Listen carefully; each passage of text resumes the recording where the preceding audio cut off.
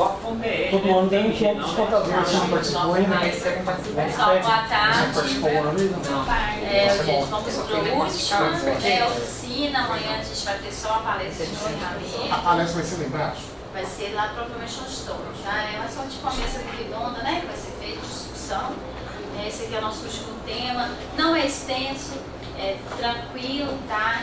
Pouco conteúdo, a gente deve terminar já um pouquinho mais cedo. Nós vamos falar sobre um pouquinho das demonstrações das mutações do patrimônio líquido e vamos falar um pouquinho mais de nossas explicativas, tá? Vamos começar com as demonstrações do patrimônio líquido, demonstração das mutações do patrimônio líquido. Nós não temos uma IPC específica, tá? Para elaboração da demonstração do patrimônio líquido, mas nós temos alguns referenciais a manifestação de substituição, que tem um quadro, mostra como montar o quadro, quais as contas que compõem o quadro da DNPL. Tá? A demonstração das mutações do patrimônio líquido demonstra a evolução do patrimônio líquido da entidade. Tipos de evolução, né? Tipos de fatos que podem causar evolução no patrimônio líquido. Ajuste de exercícios anteriores, transações de capital com sócio ou tipo aumento de capital, ações de tesouraria, juros sobre o capital próprio. E nesse caso, isso aqui nós vamos ver só nas empresas, né? Nas empresas, provavelmente sociedade de economia mistas, né? Ajustes de exercícios anteriores, não. Nós podemos ter numa fundação, na autarquia, na prefeitura, nas empresas também. Superávit ou déficit patrimonial, né? O resultado também do exercício. Destinação do resultado, né? Aquele superávit ou déficit patrimonial pode ter destinações diferentes, no caso das empresas, transferência para reservas, distribuição de dividendos. Isso aqui a gente não vai ter isso em autarquia, não vamos ter isso em fundação, né, que a gente não tem destinação de resultados nesses entes, só vai acontecer isso numa sociedade de economia mista. Outras mutações do patrimônio líquido. A DNPL ela é obrigatória somente para as empresas estatais dependentes sobre a forma de sociedades anônimas, no caso, a sociedade de economia mista. E é facultativa para os demais órgãos, entidades e demais entes da federação. No caso de uma publicação não é obrigatória, uma consolidação, uma DNPL consolidada não é obrigatória a publicação, é facultativo, mas se publicar, né, uma demonstração consolidada do DNPL, a gente sugere que se publique também uma outra DNPL só com as empresas, as empresas estatais dependentes sobre a forma de sociedades anônimas, né? Para que o usuário, o leitor, aquele que vai estar lendo as demonstrações contábeis, ele consiga perceber a diferença da DNPL consolidada de todo o município e da DNPL só das empresas. Porque só vai fazer muito sentido mesmo a DNPL das empresas. Quando eu publico consolidado, o dado fica meio distorcido, porque movimentações do tipo de reservas, aumento de capital, a gente não vai encontrar isso, né, nas autarquias, fundações, na própria prefeitura. Esse tipo de movimentação, se tiver, vai ser nas sociedades, nas empresas sob forma de sociedades anônimas, nas empresas de economia mistas, né? Então, neste caso, o ideal, se publicar consolidado, publique também uma somente das empresas do município. Se for uma, somente daquela empresa. Se tiver mais de uma, consolida somente as empresas. Ok?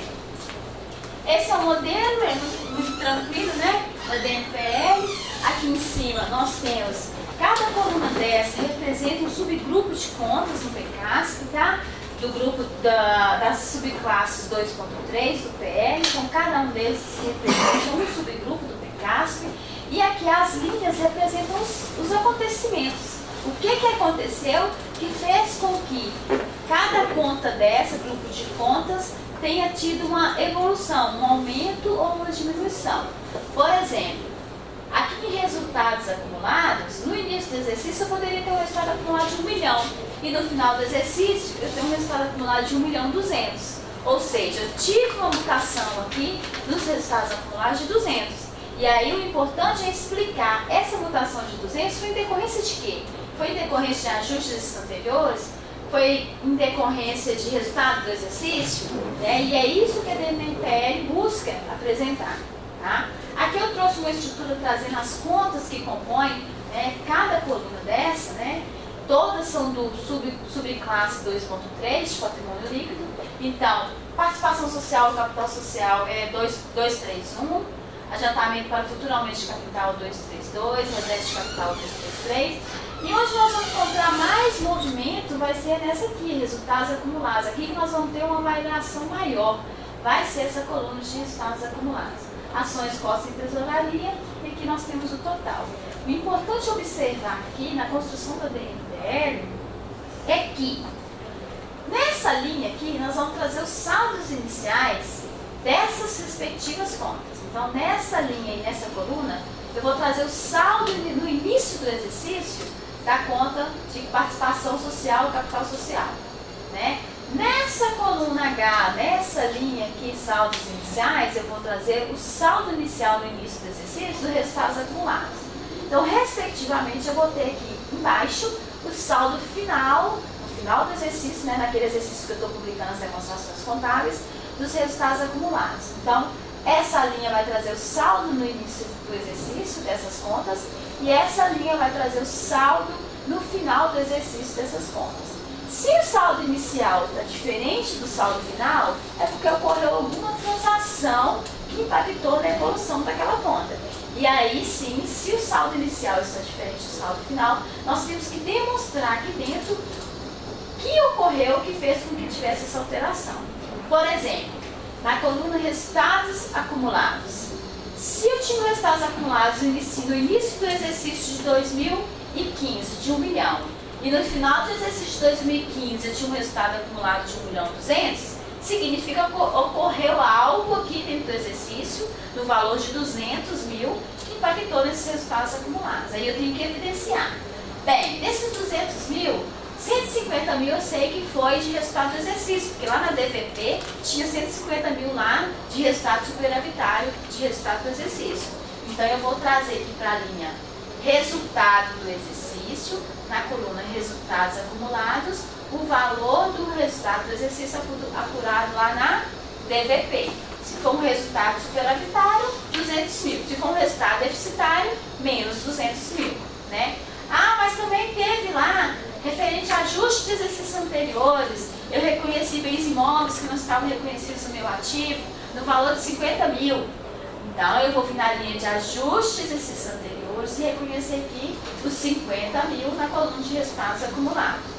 Aí, esses 50 mil de ajustes de exercícios anteriores, com os 150 mil do resultado do exercício que foi apurado lá na DVP, vai fechar os 200 mil, que foi a variação dessa coluna de resultados acumulados. Tá? Então, necessariamente, resultado do exercício tem que aparecer aqui, que é o resultado do exercício apurado lá na DVP. Ajuste de exercícios anteriores, os saldos das contas de ajuste de exercícios anteriores, em todos os níveis de consolidação, né, consolidação, internossos estados, internossos União, internossos municípios, vai constar aqui também na coluna resultados acumulados, né, os valores daquelas contas. Por exemplo, teve um aumento de capital social em uma determinada empresa, né? O capital social era 100, foi para 200, então teve um aumento de 100. Nessa coluna capital social, provavelmente vai ser devido a um aumento de capital. Então a gente vai colocar aqui o 100 de aumento de capital para justificar aquela variação da coluna capital social. Como que a gente vai identificar essa variação? Infelizmente, esse é um demonstrativo que não tem forma de gerar ele automático. O contador vai ter que ir lá, tirar, né, uma razão da conta contábil para identificar quais foram os fatos que ocorreram que ocasionaram aquela mutação do saldo inicial para o saldo final. Nós só vamos pegar os que tiveram modificação. Né? As contas que não tiveram modificação nenhuma, o saldo inicial está igual ao saldo final, é porque não teve movimentação nenhuma. Né? A não ser que tiveram movimentações iguais. Né? Eu tive um lucro de 100 mil, mas eu tive um ajuste de exercício anterior de menos 100. Né? Aí eu tenho que evidenciar. Né? Talvez não teve nenhuma variação, por exemplo, de resultados acumulados, iniciou com 1 milhão, finalizou com 1 milhão. Mas eu tive um resultado positivo na DVP de 100 mil, aí vou estar aqui, ó, resultado do exercício, 100 mil. Mas eu tive um saldo devedor em ajuste de exercícios anteriores de 100 mil também. Eu tenho que evidenciar aqui, ajuste de exercícios anteriores, menos 100 mil. Menos ou mais 100 mil vai ficar zero. Vai justificar mesmo os saldos estando iguais, mas teve uma movimentação. Então, para isso, a gente vai ter que analisar a razão da conta, né, do ano inteiro, vai identificar qual tipo de movimentação que ocorreu e colocar cada movimentação no seu devido quadrante, levando em consideração a coluna e o fato que está na linha. Sempre lembrando que se aqui eu vou trazer os saldos iniciais das contas, o total que eu vou ter aqui de saldo inicial tem que ser exatamente igual ao total do PL do exercício anterior lá no balanço patrimonial. Então, no balanço patrimonial, eu sempre não trago, vou trazer os valores do exercício e do exercício anterior. Então, lá no PL eu vou ter total do PL no exercício e total do PL no exercício anterior. Então, vamos imaginar as demonstrações contábeis de 2015. Eu vou ter total do PL de 2015 e total do PL de 2014, no exercício anterior. Então, se eu estiver analisando, no caso, a DNPL de 2015, esse total que vai aparecer aqui, ó, de saldos iniciais, tem que ser o total do PL do exercício anterior, ou seja, referente a 2014. E o total final tem que ser igual ao total do PL do exercício, no total do PL do exercício de 2015. Isso é primordial e tem que bater lá com o balanço patrimonial. Isso aqui tem que ser observado. Temos algumas mais dúvidas com relação ao DPL, gente? Não? No caso do ente público, que não é empresa, nós vamos ter basicamente lançamentos em ajustes de exercícios anteriores e resultado do exercício. Né? Normalmente as transações que vão aparecer nos entes públicos, autarquia e fundação são normalmente essas movimentações na coluna de resultados acumulados. Agora, das empresas, não. Nas empresas, nós podemos ter retenção de lucros para reservas, não é? Eu posso ter tido um lucro de 500 mil, mas tive uma retenção de 300 para reserva, ok? Então, como que seria registrado isso? Eu tive um lucro de 500 mil, então eu vou ter em resultado do exercício 500 mil. Mas desse lucro, eu retive 300 para reserva. Então, eu vou ter reservas. Onde estamos as reservas? Não, aqui. Constituição e reversão de reservas. Então, eu vou aqui na linha Constituição e reversão de reservas. Vamos imaginar reserva de lucros, por exemplo. Aí eu vou ter aqui menos o valor que foi constituído para reservas, foi 300, né? Que eu falei, né? Na mesma coluna, ok? Beleza, então nós vamos agora passar para o nosso explicativo, que é um pouquinho mais extensa. Nosso explicativo, né? Nós temos a MCASP, as definições e um passo a passo para essa construção dos nossos explicativos. Passo a passo simples, porque a nossa explicativa é muito pessoal de cada ente, né? Depende das transações que ocorreram em cada ente. Então, o MCASP não traz muita informação para o nosso explicativo.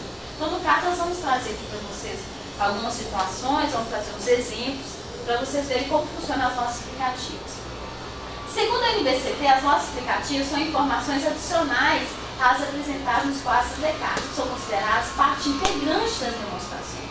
Então, as nossas explicativas são obrigatórias, as informações constantes lá da nossa explicativa, elas integram as demonstrações contábeis para fins de controle social, para fins de controle externo, para fins de análise de contas do gestor. Então, as informações que estão nas nossas explicativas vão ser utilizadas para analisar as contas do gestor. Então, o que vocês colocarem lá vão servir de argumento para análise de contas do gestor.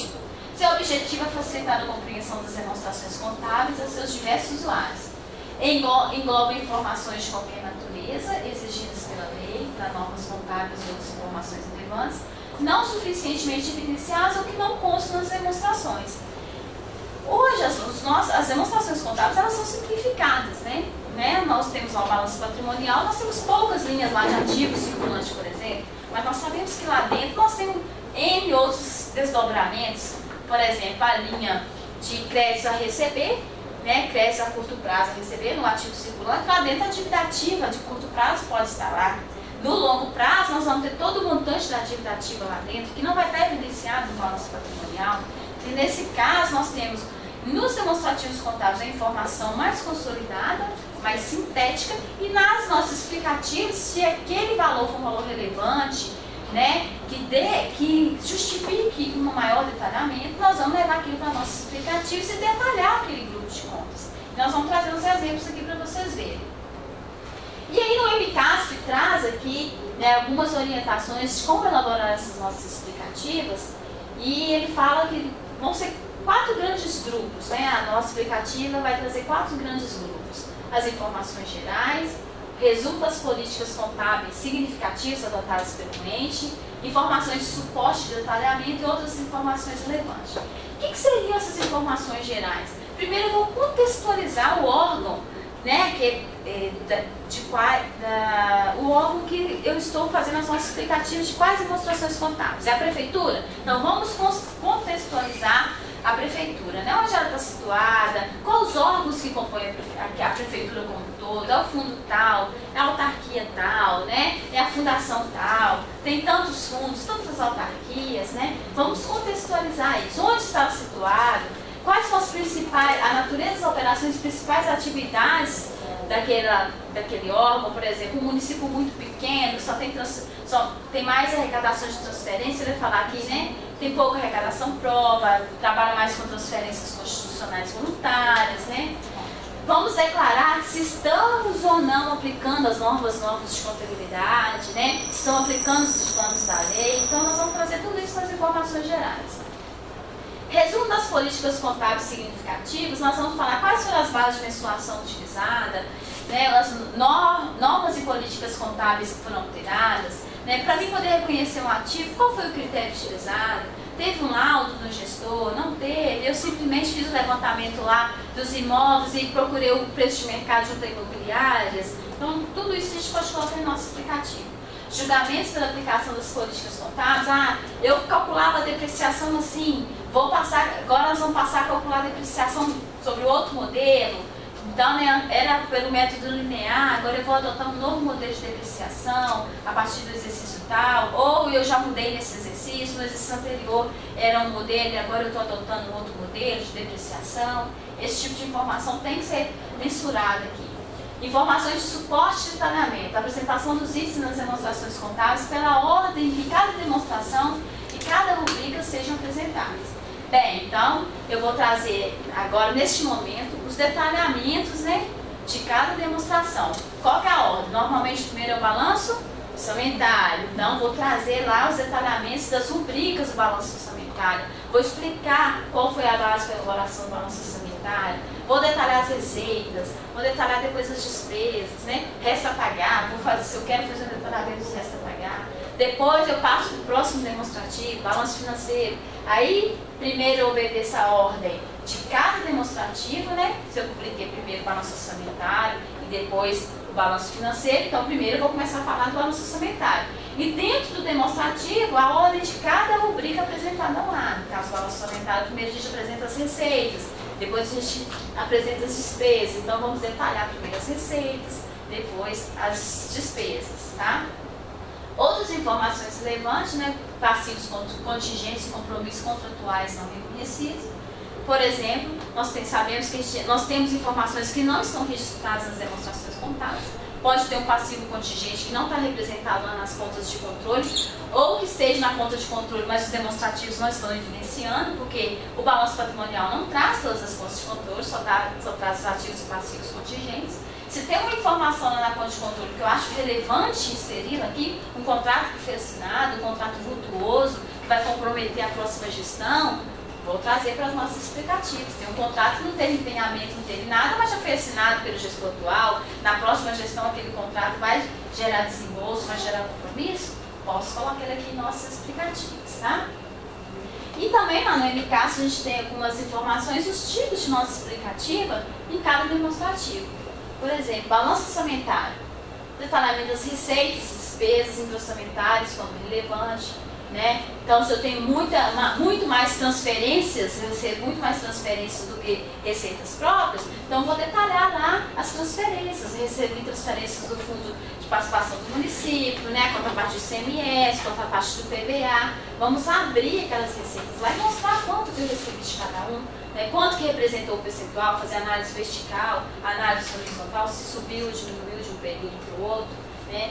A utilização do superávit financeiro da reabertura de créditos especiais extraordinários, eu trouxe, para esse caso aqui, eu trouxe um exemplo bacana, que vocês vão ver mais à frente, como que o ENGE, no caso de Santa Catarina, ele fez para demonstrar a utilização do superávit financeiro, né, de exercício anterior e a reabertura de créditos especiais.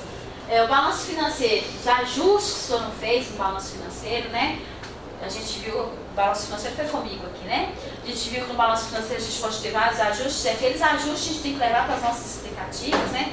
o montante lá que foi ajustado, a gente tem que levar para os nossos explicativos e detalhar quanto foi de consignação, quanto foi de retenção de INSS. Então esses ajustes têm que ser levados para os nossos explicativos. O detalhamento das decisões de receitas orçamentárias por fonte de destinação de recursos.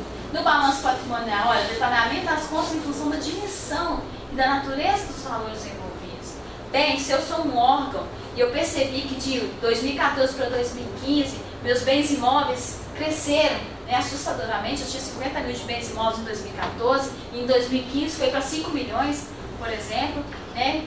É importante que se faça a explicação em nossas explicativas por que teve esse acréscimo repentino de um ano para o outro, provavelmente porque a partir desse exercício a gente começou a reconhecer os bens imóveis que não tinham sido reconhecidos anteriormente. Então você vai abrir lá nos seus nossos explicativos, explicar por que teve aquele valor, subiu tão bruscamente aquele valor, né? E se quiser até citar os imóveis que foram reconhecidos, que não tinham sido reconhecidos anteriormente, né? As folhas de depreciação e amortização, né? Se mudou o cálculo da depreciação. Na demonstração das variações patrimoniais, detalhar aquelas VPDs ou VPAs mais significativos, que tiveram um volume maior, né, de valores, até mesmo aquelas outras VPAs e outras VPDs, né, se ela teve um valor muito grande, né, a gente sabe que na DVP ela está sintetizada lá em outras VPAs e outras VPDs, mas muitos entes vai lá e detalha mais aquela conta, se você tiver condição de separar aqueles outros VPAs e outras VPDs e fazer um quadro à parte mostrando quanto que era desse outros VPAs. Ah, esse aqui é um outros VPAs, foi porque eu desincorporei um passivo, né, mas que não cabia registrar na conta de desincorporação de passivo. Você vai detalhar lá no quadro aquela composição do que se trata cada valor, né? Demonstração dos fluxos de caixa, transações que não envolvem os de caixa, como as aquisições financiadas, os saldos de caixa mantidos pelo índice, mas que não estejam disponíveis para uso imediato, né? Às vezes, o valor do calção, né, lá nas contas bancárias, nos depósitos de calção está nas contas bancárias, vai estar constando na disponibilidade de caixas da DFC, mas eu não posso utilizar aquele valor. Então é importante que você destaque lá, eu tenho lá 5 milhões de disponibilidades, mais esses 5 milhões e 800 mil de calção, né, e eu não posso contar com esses 800 mil, então é importante detalhar.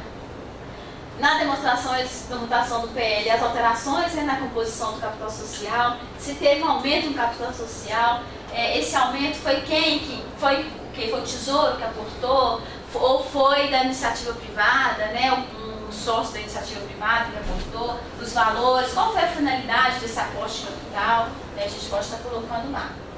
E aqui nós fazemos alguns exemplos, já até citei, né, os exemplos de objetos não explicativos, depreciação, os métodos utilizados, as mudanças nas estimativas de valor residual e vida útil, diferentes taxas ou métodos aplicados a determinados bens, os ajustes desses anteriores. A gente sabe que nos próximos anos, né, esses anos, nos próximos 4, 5 anos, provavelmente a conta de ajuste de exercícios anteriores, ela vai receber valores altos, porque a gente vai estar incorporando bem, a gente vai usar ajustes de exercícios anteriores, a gente vai liquidar essa pagamento processado, vai contabilizar na conta de ajuste de exercícios anteriores, né? Elemento 92 vai contabilizar na conta de ajuste de exercícios anteriores. Então essa conta é uma conta que deveria ser detalhada também, gente, na nossa aplicativa, você vai falar quanto que foi. Tanto, 1 milhão foi porque eu incorporei bens que não estavam no meu ativo, 1 milhão foi porque eu liquidei restos a pagar não processados de exercícios anteriores, né? Muito importante fazer o detalhamento dessa conta nos nossos explicativos, tá? Porque ela tem apresentado nos demonstrativos valores muito altos, né? E o usuário chegar, mas o que é esse ajuste de exercícios anteriores, né? Pode ser parte também de uma apuração do resultado anterior, que estava errado, e eu fiz o ajuste agora no resultado do exercício anterior. Então é importante detalhar isso. A evolução do detalhamento adjetivo, né? Subiu o adjetivo, aumentou, detalhar lá a dívida ativo do PTU, dívida ativo do PDI, fazer análise horizontal, análise vertical, né? Detalhando por tributo e por total adjetivo, mostrando a provisão para perdas. É muito interessante mostrar a provisão para perdas, qual foi o critério adotado para fazer o cálculo de provisão para perdas, né? Critérios de mensuração na avaliação de ativos. Isso aqui é como é que o ente está fazendo para avaliar o bem, avaliar um bem imóvel, como é que ele fez para fazer o levantamento daqueles bens dele que não estavam ativados? ele usou uma tabela que é disponível por algum órgão regulador, ele usou um avaliador que veio aqui e avaliou o valor dos bens, né? Então pode constar isso também nos nossos aplicativos. Viu? Aqui eu trouxe um primeiro modelo de nota explicativa em que o ente ele procurou demonstrar o que ele tinha implantado naquele ano. Era o primeiro ano de efetiva contabilização no modelo PCASP. Aí ele fala que em atendimento, né, à portaria, né, aos normativos, ele começou a implantar, né, nesse ano, nos demonstrativos de 2015, né, do exercício de 2015, ele já tinha implantado tudo isso. Aí ele fala, olha, esses demonstrativos de 2015 foram implementados os seguintes procedimentos contábeis: registro do PPA, registro dos decretos orçamentários. Ele deixa claro, né, na nossa explicativa o que ele já implantou naquele exercício, né? Então, nesse exercício de 2015 nós já implantamos isso. E ele mostra também o que ele pretende implantar e que ainda não foi implantado. Olha, objetivando a implementação dos procedimentos contábeis patrimoniais, encontra-se ainda em desenvolvimento as seguintes ações. Olha, ele fala, olha, não implantou ainda a apropriação dos bens móveis e imóveis, está em fase de implementação. Não implantou ainda a apropriação da dívida ativa, fase de definições com o gestor. Não implantou o reconhecimento por competência do ISS, do TBI, né? Deixa claro o que já foi implantado ou não, né? Para que quem esteja lendo as demonstrações contábeis ele vai conseguir entender, né? Olha, aqui realmente os bens imóveis estão com um valor pequeno porque não implantou ainda, olha, o reconhecimento dos bens móveis e imóveis, né? O reconhecimento por competência, no caso se for um município grande, realmente, se ele estivesse reconhecendo o ISS, ele está ali com um ativo bem maior, ele está reconhecendo ainda. Isso é muito importante para quem está lendo as demonstrações contábeis. É lógico que nesse caso, imagina um REIT, uma instituição bancária, né, que vai estar analisando os demonstrativos contábeis junto com as nossas aplicativas. Isso aqui é muito importante para eles, faz muita diferença. Tá? Aqui um caso interessante, olha, o município ele mostra aqui o total da arrecadação, né? A receita arrecadada totalizou 9 bilhões, sendo que em 2014 foram arrecadados 8 bilhões, e ele fala que teve um incremento de 60%.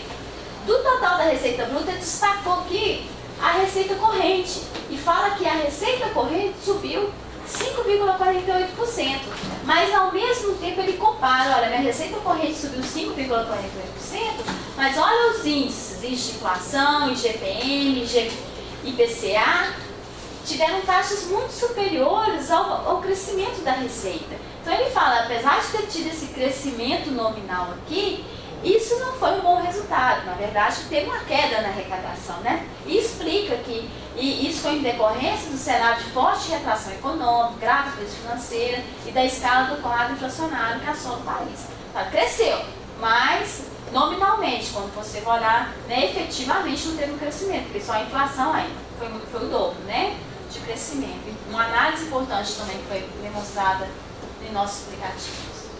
Aqui sim foi tirado do Balanço do Setor Público Nacional. Aqui ele fala das bases de elaboração das demonstrações contábeis e políticas contábeis. Ele traz algumas informações de quais foram as políticas contábeis adotadas, né, as bases de elaboração de demonstrativos. Aqui ele fala, para a contabilização de execução do orçamento fiscal e seguridade social é utilizado o regime de caixa para as receitas orçamentárias e o regime de competência para as despesas. Então quer dizer que ele está falando que ele usa o regime de caixa para a receita orçamentária.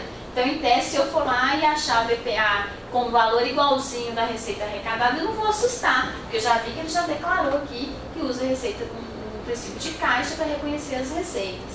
Né? Olha aqui, isso aqui é uma das informações que a gente vai trazer lá no início das nossas explicativas. Olha, eu vou falar o meu ente, o que compõe o meu ente? Isso aqui é o caso do Estado do Rio de Janeiro, olha. A estrutura contábil do Estado do Rio de Janeiro está composta por 111 unidades. E aqui ele fala que tipo de unidade compõe a estrutura contábil do Estado, né? Todo município tem pelo menos 2 fundos lá. No mínimo tem isso, né? 2 fundos. Ele vai falar, né? Nós temos tantos fundos, eu tenho uma autarquia, tem 2 fundações, não tem nenhuma empresa, não vai citar se tem empresa, né?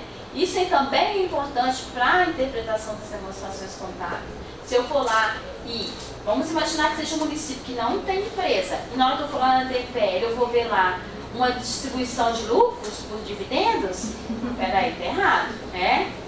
Então, Isso também é uma informação importante. E olha que legal isso aqui, olha. Ele falou que cabe mencionar, olha que interessante, que incorporamos os dados contábeis de 3 empresas não dependentes e 3 empresas em liquidação. Olha que interessante, né? É uma informação do ponto de vista negativo para o ente, mas do ponto de vista positivo para o controle social, positivo para quem está lendo esses nossos explicativos, né?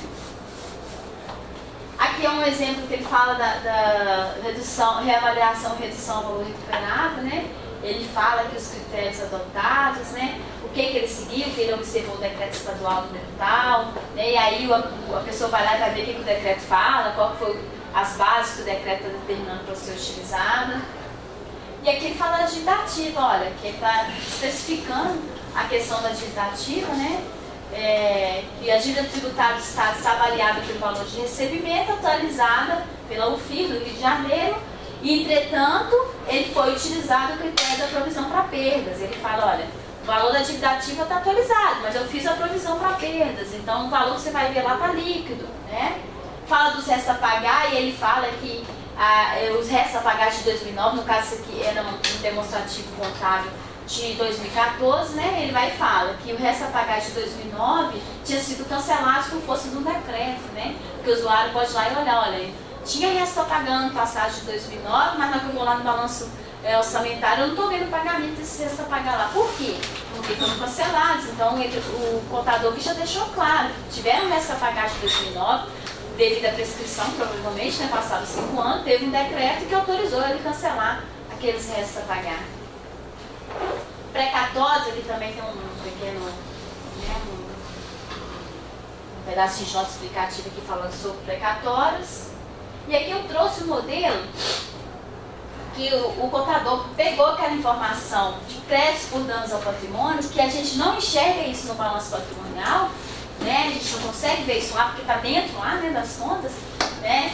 E aí abriu isso aqui para mostrar, olha, nós temos aqui valores expressivos relativos a créditos por danos ao patrimônio. Ele vai e destrincha quanto que é de cada desvio, extravio de bens, responsável por danos, ausência ou outra de prestação de contas, né? Isso aqui é informação relevante para controle social. Ele mostra a evolução, faz análise vertical e também análise horizontal para ver se cresceu, se diminuiu, né, os percentuais. É um exemplo legal de nosso aplicativo. Aqui, ó, VPDs pagos antecipadamente, está lá no balanço patrimonial, uma informação, né? A colega perguntou, um exemplo de VPD pago antecipadamente, né? E aí o usuário, né, vai falar, o que é isso, VPD pago antecipadamente? Olha, está lá nas nossas explicativos, e ele vai lá e fala, prêmios de seguro, assinaturas de revistas, né? Então, aqui, o usuário que não tem muito conhecimento, se ele for lá na nota explicativa, ele vai conseguir entender o que são essas VPDs pagas antecipadamente, porque na nossa explicativa está detalhado lá. Esse aqui é um caso também do BSPM, que aqui ele está separado até por União, Estados, municípios e a consolidação. No caso do ente, né, se ele quiser separar consolidado, separar autarquia, fundação, né, se for o caso. Aqui nós estamos trazendo as provisões, né, provisões a curto prazo. Interessante também, aqui a gente vê provisão para risco trabalhista, provisão para riscos fiscais. Por que é interessante trazer essas provisões? Essas provisões estão lá no meu passivo, estão inchando o meu passivo, né? Para um rate, por exemplo, que está fazendo análise de demonstrações contábeis, ele vai bater o olho e quer dizer, não, tem um passivo mais alto mesmo, mas olha, parte é provisão. O ente está sendo prudente, né? Está fazendo provisionamento dos seus passivos. E nesse caso, para efeitos de um rate, por exemplo, isso aqui é até um ponto positivo, né? O rate está considerando que o ente está sendo prudente nas demonstrações contábeis.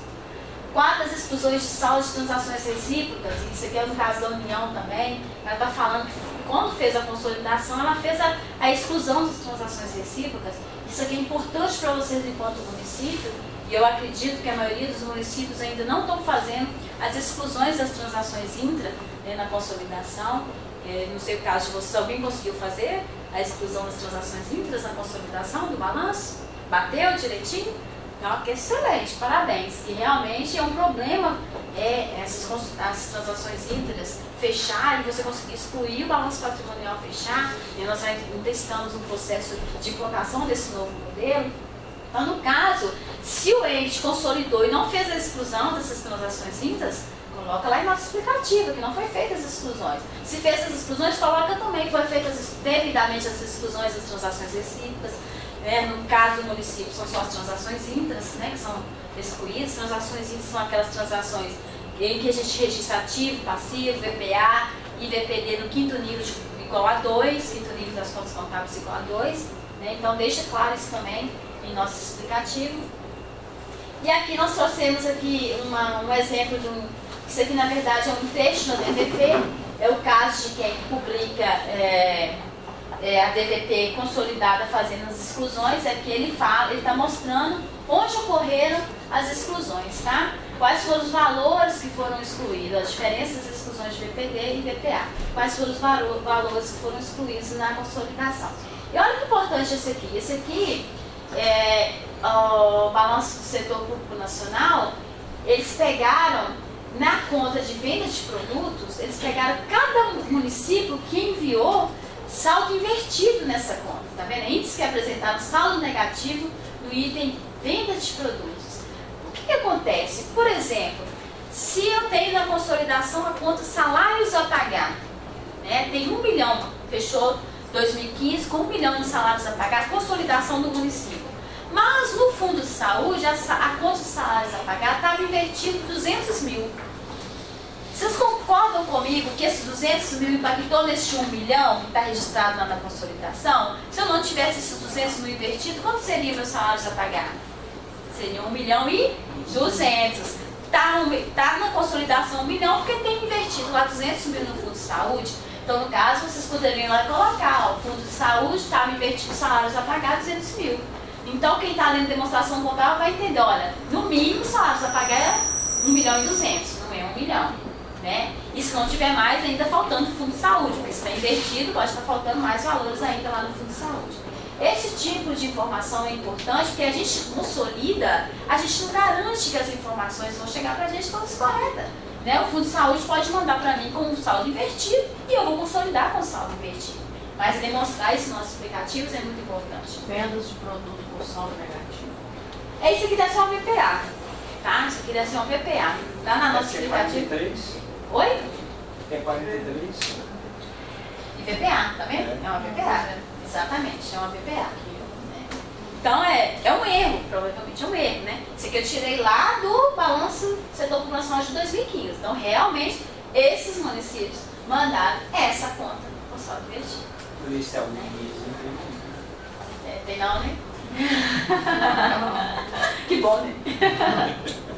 Olha que legal isso aqui. Eu trouxe alguns exemplos de boas práticas, né? Como visto ao controle social. E as nossas explicativas de Santa Catarina são um show. Tá? Se vocês quiserem pegar o estado de Santa Catarina, muito bacana mesmo a nossa explicativa. Você vai ver que eles buscaram trazer tudo de uma forma mais simples, tá? Para que o leitor consiga interpretar de uma forma mais simples. Olha que legal, eles não são obrigados a trazer a evolução dos últimos 5 anos, eles poderiam ter trazido só dos últimos 2 anos, trouxeram a evolução da receita, do ladinho da despesa, para você comparar dos últimos 5 anos, já mostrando quanto cresceu, né, em cada ano, né? Olha que interessante, olha, de 2011 para 2012 a receita cresceu 12%, mas a despesa cresceu 20%, né? Oh, mas de 2014 para 2015 a receita cresceu 5%. E a despesa cresceu 8%. Então, olha que interessante a forma como está sendo demonstrada a informação. É muito mais fácil de se ler do que um simples quadro, né? Olha aqui esse aqui. Muito interessante. Ele trouxe aqui o orçamento de 2015, né? A receita bruta, a líquida e a despesa. Olha, fica fácil do leitor ver. A receita bruta foi essa, a líquida foi essa, a despesa foi essa, né? E quanto foi executado. Avaliação patrimonial dos bens móveis e imóveis, né? De um ano para o outro, se teve um acréscimo, se teve um decréscimo, de uma forma bem simples, uma leitura fácil, né? A leitura é muito fácil de ser feita. Olha esse é um show. Aqui ele traz as receitas arrecadadas, o total de receitas arrecadadas e o total de despesas, tá? Despesas empenhadas, sendo que o cinza clarinho foram as despesas custeadas com recurso do próprio exercício e o cinzinha mais escuro são despesas custeadas com superados financeiros de exercícios anteriores. E isso aqui é o resultado orçamentário, tá? No caso aqui foi deficitário 238 milhões. Aí ele explica, olha que interessante aqui, olha, resultado orçamentário, considera-se o total de receitas líquidas realizadas em 2015 menos o total das despesas. Ok. Chega-se a um resultado orçamentário deficitário de 238 milhões. Ok, eu arrecadei menos do que empenhei. Mas aí ele vai e fala, o que indica que as receitas orçamentárias arrecadadas no ano foram menores que as despesas orçamentárias empenhadas. Ocorre que parte das despesas empenhadas foram financiadas com recursos de sobras de caixa de exercícios anteriores. Ó, essa parte aqui. Superávites financeiros que serviram como fonte de recursos para abertura de créditos adicionais. Ou seja, do total de despesas realizadas em 2015, 1,5 milhões foi custeado com recursos superávites financeiros anteriores. Assim, se esse valor fosse suprimido e se fosse considerado apenas os recursos arrecadados no ano de 2015 e as despesas financiadas com esses recursos, o Estado não teria um déficit, mas teria sim um superávit orçamentário de 1,3 milhões. Olha que análise legal. Só olhando aqui, ó, teve um déficit orçamentário. Mas se você desconsiderar o que foi custeado com superávit desses anteriores, na verdade teve um superávit orçamentário. Né? Que isso não fica claro no balanço orçamentário. Né? Não fica claro. Ele explicou tudo. Aqui é do Rio de Janeiro, ele trouxe aqui aquela conta que eu falei que você escreve, se no caso que é longo prazo, lá dentro da atividade ativa, então ele fez questão de mostrar, né? Dentro do crédito a longo prazo, é uma linha lá no balanço patrimonial, a composição da dívida ativa e o ajuste para perdas, ok?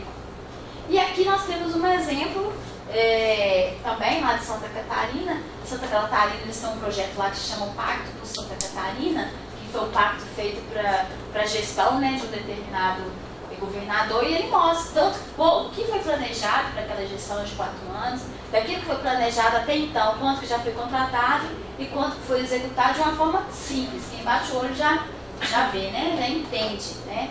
Muito melhor do que aqueles quadros todos mirabolantes lá. Bem, gente, o que eu tinha para trazer para vocês aqui de notas explicativas, tem mais uma aqui, olha aí, ó. Olha que interessante, esse aqui é legal. Esse aqui mostra a aplicação, olha, da educação, olha, ele fala quanto que foi aplicado de uma forma simples e quanto que era o mínimo a ser aplicado, tá vendo? Uns 2 anos, legal isso aqui, né? E fala também dos limites de potencial, né? Da folha de benchmark, limite de potencial, despesas com a folha de pagamento. Muito legal esse aqui. E essa aqui, ó, é uma nota explicativa que ela está explicando o que foi relevante para a diminuição dos créditos recebentes de dívida ativa. Teve baixas de crédito em dívida ativa e ele explica o que foi relevante. Olha, fala que parte de débitos foi relativa a débitos anteriores ao ano 2011, com valor inferior a 10 mil, mas baixaram da dívida ativa. Valores relativos anteriores a 2011 inferiores a 10 mil. Teve baixas em dívida ativa porque estava sem CPF e sem CNPJ, né? Teve outras mutações de valores indicativos em relação a 2014, imposto à transação de bens móveis, que ele explica por que teve a redução, traz todos os detalhes, por que teve cancelamentos de dívida ativa, por quais motivos e quais os valores. Né? Cancelamento de dívida ativa, nós estamos em desconto do patrimônio público, então realmente tem que ser especificado em notas explicativas. E esse aqui é o mais bacana, né? Santa Catarina também. Ele trouxe aqui a receita bruta, e esse gráfico aqui representa a receita bruta, e ele mostrou que 4,17% é receita de capital e 95% é receita corrente. Bacana demais, né? Quase, provavelmente, não tem empréstimo nenhum, né? Só 4,17% receita de capital. Essa receita de capital pode ser empréstimo, mas pode ser também porque vendeu um imóvel, né? Então, 95% é receita corrente. Ele fala, ó, dessas receitas correntes, ele mandou setinho pra cá, olha. As receitas correntes, do total de receitas correntes, ele vai fazer divisão. Tanto foi transferências correntes, outras receitas correntes, e 65% foram receitas tributárias. Então, das receitas correntes, 65% das receitas correntes foram receitas tributárias. E aí ele vem aqui e detalha as receitas tributárias, falando quanto é ICMS, no caso que é uma parcela ICMS, quanto que foi do ITCMD, do Imposto de Renda, do IPVA, né? Muito interessante essa forma aqui, muito didática, né? Essa forma de demonstrar a arrecadação de receita. Gente, é isso. Muito obrigada, tá? Que eu tinha para trazer para vocês. Se tiverem alguma dúvida,